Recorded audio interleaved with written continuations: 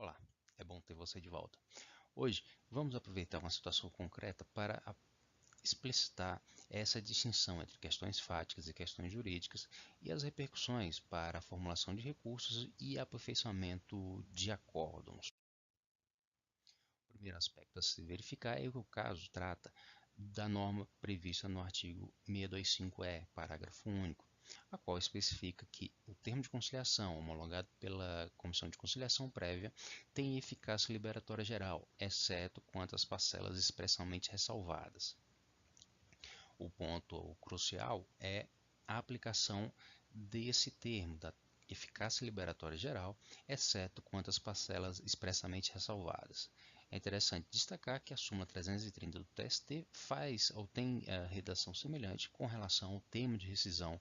do contrato de trabalho, ou seja, que o termo de rescisão do contrato de trabalho tem eficácia liberatória com relação às parcelas expressamente consignadas, salvo se oposta ressalva, ou seja, a eficácia liberatória se constitui nos limites estabelecidos pela ressalva contida no correspondente documento.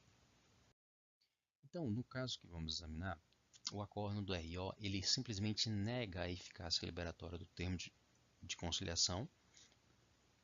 ou seja, ele se recusa a aplicar integralmente a norma contida no artigo 625-E, parágrafo único, e sequer se manifesta sobre a existência ou não de ressalva nesse termo de conciliação. A parte reclamada opõe recurso de revista, que é conhecido e provido, no qual se afirma o entendimento predominante atualmente no TST acerca da eficácia liberatória geral desse termo de conciliação, quando não opostas ressalvas. A parte reclamante, então, opõe embargos à SDI, afirmando a eficácia liberatória limitada, com base na divergência jurisprudencial e contrariedade à súmula 330. E o aspecto relevante aqui é que a parte, apesar de que o acórdão no TST refira à inexistência de ressalva, a parte traz a alegação de que havia ressalva.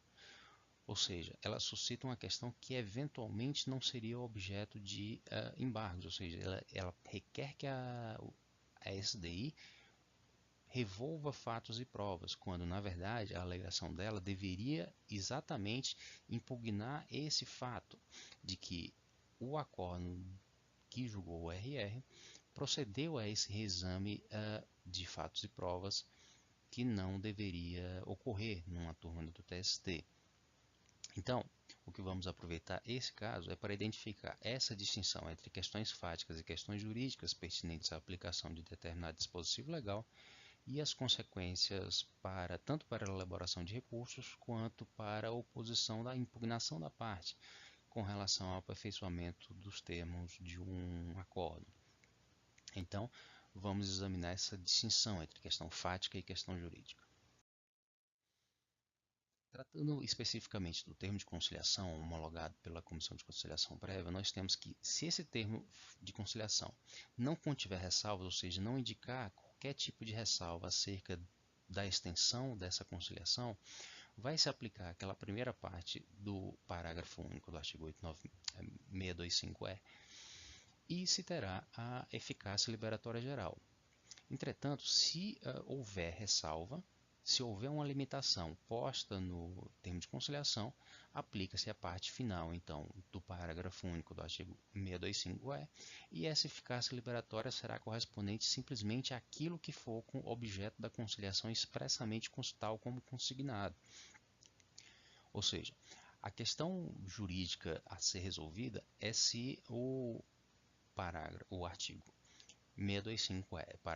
parágrafo único, confere ou não a eficácia liberatória ao termo de conciliação. A questão fática, que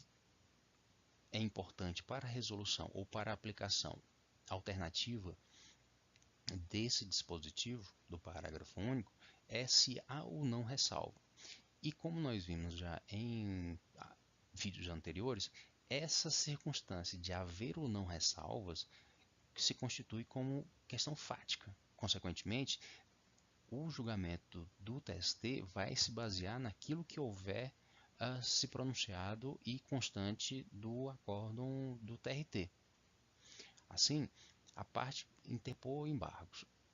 para discutir essa questão fática, ela limita a possibilidade ou prejudica bastante as possibilidades de conhecimento do seu recurso. Ela tem uma dificuldade em impugnar a aplicação da questão jurídica, porque a questão jurídica foi julgada em conformidade com o entendimento atualmente predominante, que afere a eficácia liberatória geral quando não se verificam ressalvas, e a parte deixa de impugnar exatamente essa emissão da turma do TST no âmbito das questões fáticas, ou seja, o fato substancial a se verificar seria a existência ou não de ressalva, e essa existência ou não de ressalva deveria constar no acórdão do TRT. A norma foi aplicada, então, conforme o entendimento do TST, naquilo que, quando não se consta ressalvas, se tem a eficácia liberatória geral. Dessa forma, a parte tentar impugnar a questão jurídica, ou seja, remeter a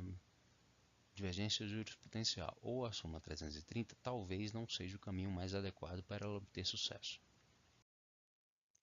Esses embargos, na verdade, poderiam ter maior chance de sucesso se estivessem fundamentados na súmula 126, ou seja, na inobservância pela turma do óbice constituído ao conhecimento do recurso em revista derivado da súmula 126. Ou seja, a questão jurídica que foi examinada pela turma seria a extensão, geral ou limitada, da eficácia liberatória decorrente da homologação do termo de conciliação.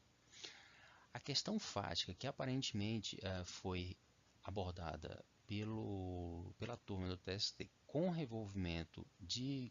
do conjunto fático, ou seja, a turma retornou ao início do processo, a instrução processual, os documentos juntados com as petições das partes, para aferir a existência ou não dessa ressalva, esse pode ter sido o equívoco impugnável, com chance de sucesso e que se continha no acórdão da turma. A questão jurídica tratada pela turma dificilmente encontraria impugnação razoável, porque está de acordo com a jurisprudência do TST. Ou seja, uma vez que não se constatem ressalvas no termo de conciliação, a eficácia liberatória será geral. Entretanto, essa questão fática relativa à existência ou não de ressalva não estava contida no acórdão do TRT. Consequentemente, a turma do TST afirmar que não existia ressalva e, consequentemente, dizer que a eficácia liberatória era geral, aí sim nós teríamos um aspecto que se poderia impugnar de forma razoavelmente bem sucedida por meio dos embargos à SDI. E nesse caso se deveria argumentar quanto ao óbice, ao conhecimento do recurso em revista com base na súmula 126 e também num argumento alternativo de que a turma, além de conhecer o recurso que não deveria ser admitido com base na súmula 126, a turma ela também procedeu à desobediência ao entendimento expresso na súmula 126 quando foi a elementos anteriores do processo e para verificar se houve ou não essa ressalva. Um aspecto que temos que adiantar, na verdade, é que eventualmente essa discussão poderia ser objeto de ação rescisória, naquilo que se qualifica como erro de fato. Ou seja, quando a decisão rescindendo admitir fato inexistente ou quando considerar inexistente fato efetivamente ocorrido, sendo indispensável em ambos os casos que o fato não represente ponto controvertido sobre o qual o juiz deveria ter se pronunciado. Aqui no caso, qual seria o erro de fato? Seria a turma do TST dizer que não havia ressalvas, enquanto os documentos juntados aos autos atestavam a posição de ressalvas. A parte, então, eventualmente poderia se valer da alegação de erro de fato para desconstituir esse acórdão por meio de ação rescisória. Não valeria para a parte opor embargos à SDI, isso na fase de conhecimento ainda, alegando que a turma entendeu como inexistente o fato de existirem essas ressalvas. Essa questão eventualmente poderia ser objeto sim dessa ação rescisória. Entretanto, deve-se ter em conta que o erro de fato que fundamenta o ajuizamento ou o provimento da ação rescisória tem que ter sido causa determinante da decisão, sobre a qual não pode ter havido controvérsia, tampouco pronunciamento judicial. Ou seja, aqui a gente verifica como se estreitam as possibilidades da parte. Uma vez que essa questão de existir ou não ressalvas se torne controversa, ou seja, as partes discutem essa questão e há pronunciamento judicial acerca desse aspecto fático, já não se poderia mais constituir erro de fato como fundamento para a ação rescisória. Haveria talvez um equívoco nesse pronunciamento judicial, mas não propriamente um erro de fato. A consequência, então, dessa circunstância ou dessa limitação à possibilidade de impugnação, tanto por meio dos embargos SDI quanto por eventual ação rescisória, implicam algumas consequências ou algumas repercussões para a conduta da parte. Ou seja, o acórdão do RO ele não tratou da existência de ressalva. Sim, ele foi favorável à parte reclamante, porque ele considerou que, de maneira alguma, a conciliação perante a Comissão de Conciliação Prévia teria essa eficácia liberatória. No caso, e em alguns outros com grave repercussão, seria interessante então que o reclamante promovesse, ainda que na condição de vencedor, embargo de declaração, para que o tribunal se manifestasse acerca da existência ou não dessas ressalvas no termo de conciliação ou no termo de rescisão. Ou seja, se a parte reclamante ou qualquer uma das partes interessadas já soubesse que esse aspecto da existência ou não de ressalvas é relevante para o pronunciamento do TST, seria interessante que mesmo na condição de vencedor, e explicitando essa condição de que mesmo na condição de vencedor, ela tem interesse de que esse aspecto fático já se encontre resolvido, já se encontre pronunciado no acórdão regional, eventualmente seria de seu interesse que ela promovesse esses embargos, adotando as cautelas de informar que sabe ser vencedora, mas que esse ponto fático é importante que esteja constante do acórdão regional, que a parte então promovesse esses embargos para que o TRT afirmasse a existência ou não dessa ressalva. Quanto ao julgamento do RO, a conduta que eventualmente seria mais importante do reclamante, da parte reclamante, seria novamente que já agora na condição de sucumbente, promover os embargos da declaração, pedindo um pronunciamento expresso acerca da existência ou não desse óbice, ou seja, para que a turma dissesse claramente se ela teve ou não que recorrer a elementos não constantes do acórdão regional para o julgamento, para a aplicação ou para o pronunciamento acerca da questão jurídica, ou seja, o reclamante promoveria os embargos de declaração para que a turma dissesse que a aplicação da questão jurídica dependeu ou não da análise de questão fática não integrante do acórdão regional. E, nesse caso, não haveria realmente esse pronunciamento acerca de ressalva ou não, ou seja, o TRT sequer se manifestou acerca dessa ressalva. E, consequentemente, a repercussão para a eventual formulação de embargos da SDI seria essa, de que esses embargos seriam fundados não necessariamente na questão jurídica, mas numa questão processual atrelada à questão fática, qual seja a impossibilidade de que a turma proferisse aquele julgamento que concedeu a eficácia liberatória geral ao termo de conciliação, porque o acórdão regional nada dizia acerca da existência ou não da ressalva, ou seja, faltava ao acórdão regional o pronunciamento acerca de uma questão fática essencial para a aplicação da questão jurídica ou para a resolução da questão jurídica tal como formulada pela turma.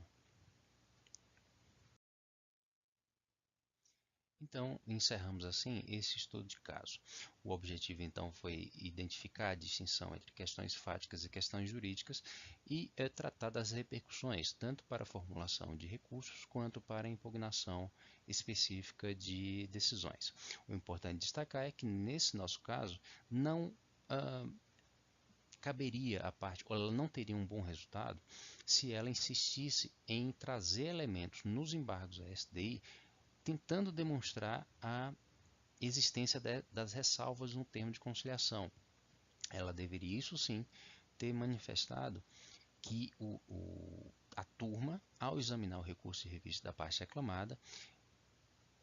efetuou o procedimento que não é admissível no TST, nas turmas do TST, ou seja, que a turma revolveu matéria fática para aferir se existia ou não ressalva no termo de conciliação, porque esse aspecto não foi tratado no acórdão regional. Nós vimos também, então, que a parte central na questão jurídica, que foi decidida conforme a jurisprudência do TST, seria prejudicial porque provavelmente ela não teria bom êxito. De outra sorte, se ela tivesse se concentrado na questão relativa ao procedimento equivocado da turma relativamente ao revolvimento de questões fáticas, aí sim ela talvez tivesse um melhor êxito. E não cabia nos embargos tentar